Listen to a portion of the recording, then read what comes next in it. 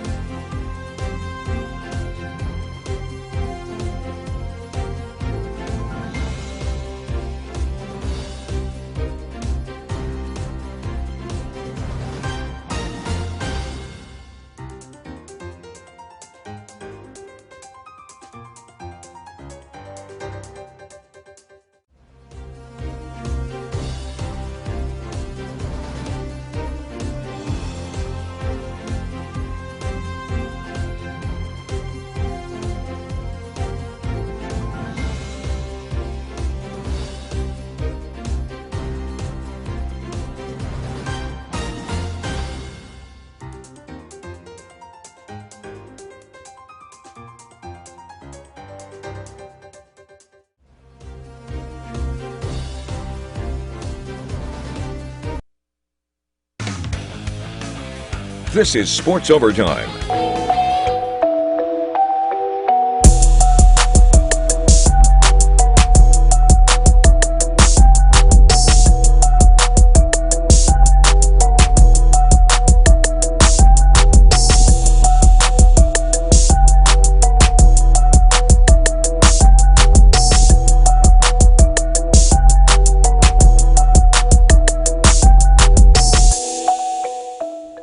Well, welcome into another episode of Sports Overtime. Thank you as always for joining us. We know that with the Michigan State basketball season, we're going to see some games that make our hearts beat just a little bit faster than they normally do. We just don't expect those games to happen until March, not right now in November. The Spartans are playing in the third place game against Portland in the Phil Knight Invitational this evening, and things got really scary late in this one. Let's jump ahead to the second half. MSU up 1 and staying hot in this game because Pierre Brooks was on fire, tying his career high with 15 points. The entire MSU starting 5 was in double digits in scoring, and Tyson Walker led the Spartans with 16 points. But with less than a minute to go, things got weird. Portland's Kristen Soland gets one to bounce in to make it a 4-point game. Then off an intercepted inbounds pass, the Pilots get it to Soland in the corner, and he drains it to make it a 1-point game with 40 seconds left. The Pilots would get the ball back with 8 seconds on the clock. They get it down low. A little contact from A.J. Hogarth, but no call, and the bucket doesn't fall. One last gasp is too short as the Spartans hold on to win it 78-77, taking third place in the Phil Knight Invitational. The Michigan State women's basketball team was also playing in a third-place game of the 2022 Phil Knight Invitational this afternoon, and the Spartan women were looking to bounce back after a tough game against 5th-ranked Iowa State. Today's game was against 18th-ranked the Oregon Ducks, and Kamaria McDaniel was letting it fly, dropping 3 of her game-high 28 points, also her season-high in points. Third quarter, the Ducks were swinging it around and playing the drive and kick-out game at the end of the shot clock for Endia Rogers. She was also also on fire, leading Oregon to 19 points. The Spartans' press defense led to a fast break from Matilda Eck, who puts in the easy bucket to tie the game up at 68. But the Ducks would go on a run thanks to big shots from Rogers, as Oregon would go on to win it 86-78, claiming third place at this year's Field Night Invitational. This time of year in a football season, it's always tough. You don't want to see star players head off to bigger and better things, but you know it's all part of a journey in a college athlete's life. For Michigan State football fans, they got the news this morning that wide receiver and punt returner Jayden Reed is declaring for the NFL draft. Reed ends his career as a Spartan after 3 years catching passes in the green and white and transferring to MSU from Western Michigan. He finishes with 147 receptions, 2,069 yards and 18 touchdowns, not only throwing for a touchdown this season, but catching this walk-off touchdown in overtime against Wisconsin in Week 7. After that game, Reed shared his perspective on what's been a tough season for the Spartans, but still remaining positive. Obviously, things have been tough this year, but I mean, I think you guys can see that. Like, we're a team that actually care. Like, we try, we fight our hardest to, go out there and make plays when we can, stuff like that. Not everything goes your way all the time, but we just, we never lost confidence in each other. We never separated as a group. We stuck together, kept working hard in practice, executing our plays and stuff like that, and things just came together today. Well, the Michigan Wolverines were having some fun celebrating their huge win over Ohio State last night. When the team returned to Ann Arbor, head coach Jim Harbaugh and some of the players went over to Yost Ice Arena to take in the Michigan hockey game. And they got a little too excited about being on the ice. Take a look. This video was posted by the Michigan hockey program. The football players taking in some of the slippery elements whilst also saying hi to some of the hockey players that they know well, as the Wolverines were beating Harvard on the ice last night. The celebration of the football team's second win in a row over the Buckeyes is something head coach Jim Harbaugh was fully enjoying during his post-game press conference. It feels great to, sing the victors in Columbus, and our team earned it in every way. So proud of them. I knew the team was focused and determined, as they have been. This is a locker room of heroes. We talked about it last night. I mean, we don't need one or two heroes. We need a whole team of them, and it was a great team win. Well, it's time for us to take a timeout, but when we come back, we're not done with the ice. We're going to tell you what a Michigan State hockey player did for the first time last night. Plus, don't miss our interview with Lansing Catholic dual sport athlete Hannah Preco and the big decision she made on her athletic and academic future. Stay with us.